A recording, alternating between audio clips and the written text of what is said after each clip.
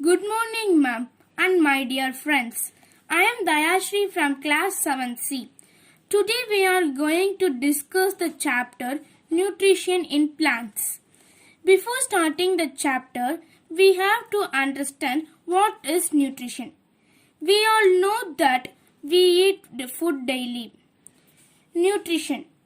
The process of intake of food and its proper utilization in the body is called nutrition. This is the definition of nutrition, which means we eat food and then we utilize it properly to do different kinds of work like running, walking, etc. This process is known as nutrition. We are know the words carbohydrates, fats, vitamins, proteins, and minerals. These are the components of food known as nutrients.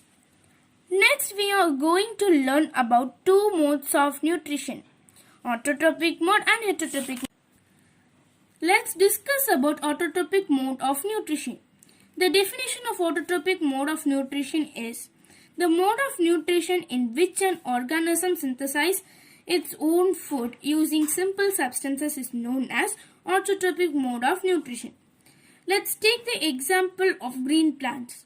We know that green plants make their own food using different raw materials like carbon dioxide, sunlight, water, minerals, etc.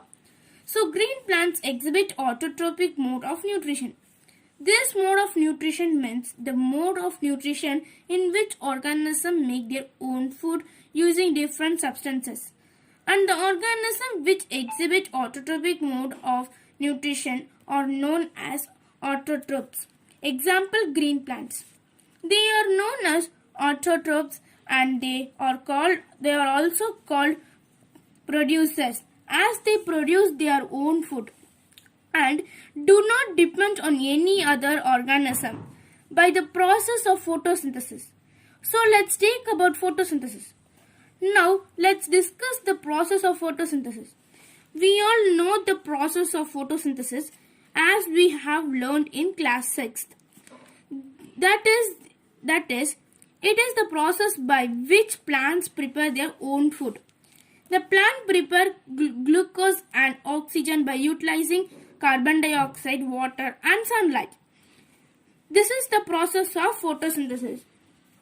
So now let's take the example of this plant and learn more about photosynthesis in detail. So the leaves of the plant contain a green pigment called chlorophyll. Because of the chlorophyll, the leaves are green in color.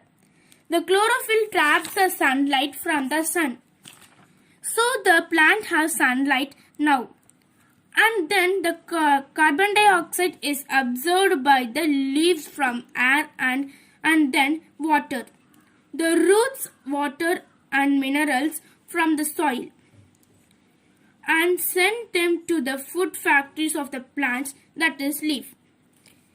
In the leaves, the process of photosynthesis occurs and the end products of glucose and oxygen. The oxygen is released out in the air and the glucose is stored in the form of the starch in the different parts of the plant. So this is the equation of the photosynthesis.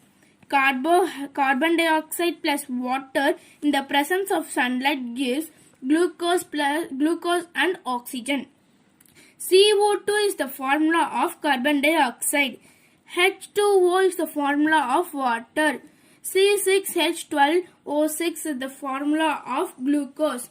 O2 is the formula of oxygen. So this was about photosynthesis. Now let's learn about the condition essential for photosynthesis. Now let's discuss. These are the 4 conditions essential for photosynthesis. First one sunlight, second one chlorophyll, third one carbon dioxide, fourth one water and mineral. So first let's take about sunlight. We know that sun is the main source of energy for all living organisms. In the absence of sunlight, photosynthesis cannot occur. So sunlight is very essential for photosynthesis. Now let's move to the second one, that is chlorophyll. Leaves of plants contain structure called chloroplast. This chloroplast contains the chlorophyll. The chlorophyll helps to trapping sunlight from sun. That helps is making glucose. Chlorophyll is also plays a vital role in the process of photosynthesis. And then let's move to the third one, that is carbon dioxide. Carbon dioxide is present in air which is taken in by a plant through the small openings called stomata that is present in the leaves. These stomata help the plants to respire, and these stomata at present on the lower surface of the leaf. That helps plant to take in carbon dioxide. If we see the stomata through a microscope, it is protected by two bean-shaped cells that is called as guard cell, and this also helps in opening and closing of the stomata and help it to respire, and thus the stomata takes in carbon dioxide. So carbon dioxide is also very essential for this process. Now let's move to the last one, that is water and minerals.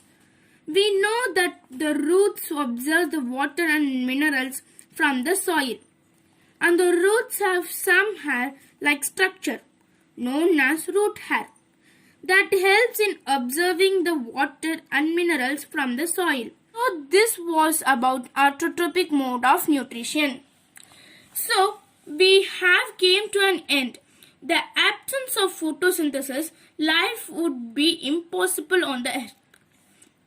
I conclude this session by saying this. Plant a tree, get oxygen for free. Save the tree, save the earth. We are the guardians of nature's birth. Thank you, ma'am, for giving this opportunity.